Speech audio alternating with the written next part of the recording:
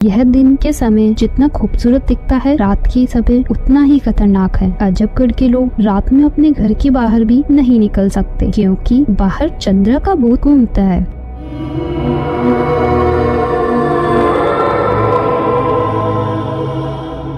जो कोई भी रात को बाहर घूमता, चंद्रा उसे पकड़कर अपने साथ ले जाती और पेड़ से उल्टा लटकाकर उसे मार देती। ऐसे ही अब तक चंद्रा ने बहुत लोगों को अपना शिकार बना लिया, इसलिए अब शाम के समय के बाद लोग अपने घरों के बाहर नहीं निकलते। इस बात से अनजान मोटू अपने गांव अजबगढ़ आया था अपने पुराने घर को बेचने के लिए। तो उस रास्ते में उसके पड़ोस के काका मिलते हैं, तो मोटू उनसे बोलता है, अरे रामू काका, क्या हाल है आपके? तबीयत पानी सही है आपकी? फिर रामू काका बोलते हैं, मैं सही हूँ मोटू बेटा, तुम तो काफी बड़े हो गए, और बताओ तुम्हारा गांव आना कैसे हुआ?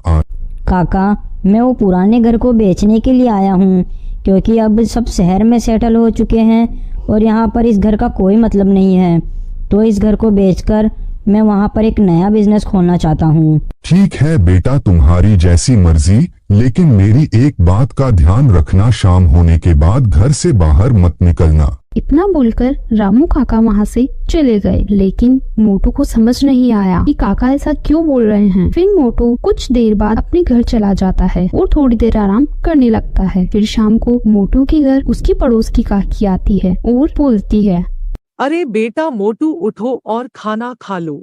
फिर मोटू बोलता है, काकी, अभी तो शाम के 5 बजे हैं और आप अभी खाना खाने के लिए मुझे बोल रहे हो? बेटा वो क्या है ना कि इस गांव में शाम होने के बाद घर के बाहर नहीं आते, इसलिए मैंने सोचा कि तुम्हें खाना दे दूं, तुम्हारा जब मन हो तुम खाना खा लेना।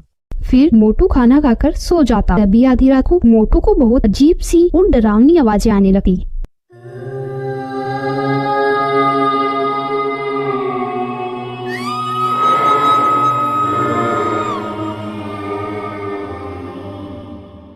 और मोटू आवाजों को सुनकर उठ जाता और थोड़ा डर जाता। फिर मोटू उठकर घर के बाहर देखता है। बाहर का नजारा देखकर उसकी आंखें फटी की फटी रह जाती है। तभी मोटू के सामने एक चुड़ैल आ जाती है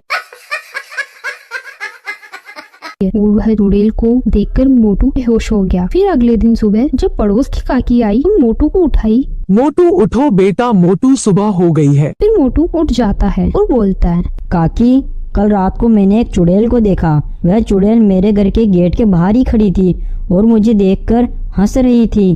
काकी, वो चुड़ैल कौन थी? फिर काकी बोलती है, बेटा वो चंद्रा थी, उसकी किस्मत ने उसको चुड़ैल बना दिया। फिर मोटू की काकी मोटू को पूरी कहानी बताने लगती है कि इस गांव में चंद्रा और पतलू दोनों एक दूसरे से बहुत प्यार करते थे और वो दोनों गांव के बाहर अक्सर मिला करते थे और उन दोनों ने अपने परिवार वालों को भी शादी के लिए मना लिया था। तो एक दिन चंद्रा ऐसे ही पतलू से बोल रही थी, पतलू, अब तो अपने घर वाले भी शादी के लिए मान गए, अब अपनी जल्दी ही शादी होने वाली है। फिर पतलू बोलता है, हाँ, लेकिन तुम्हारे पापा की एक शर्त भी तो पूरी करनी है।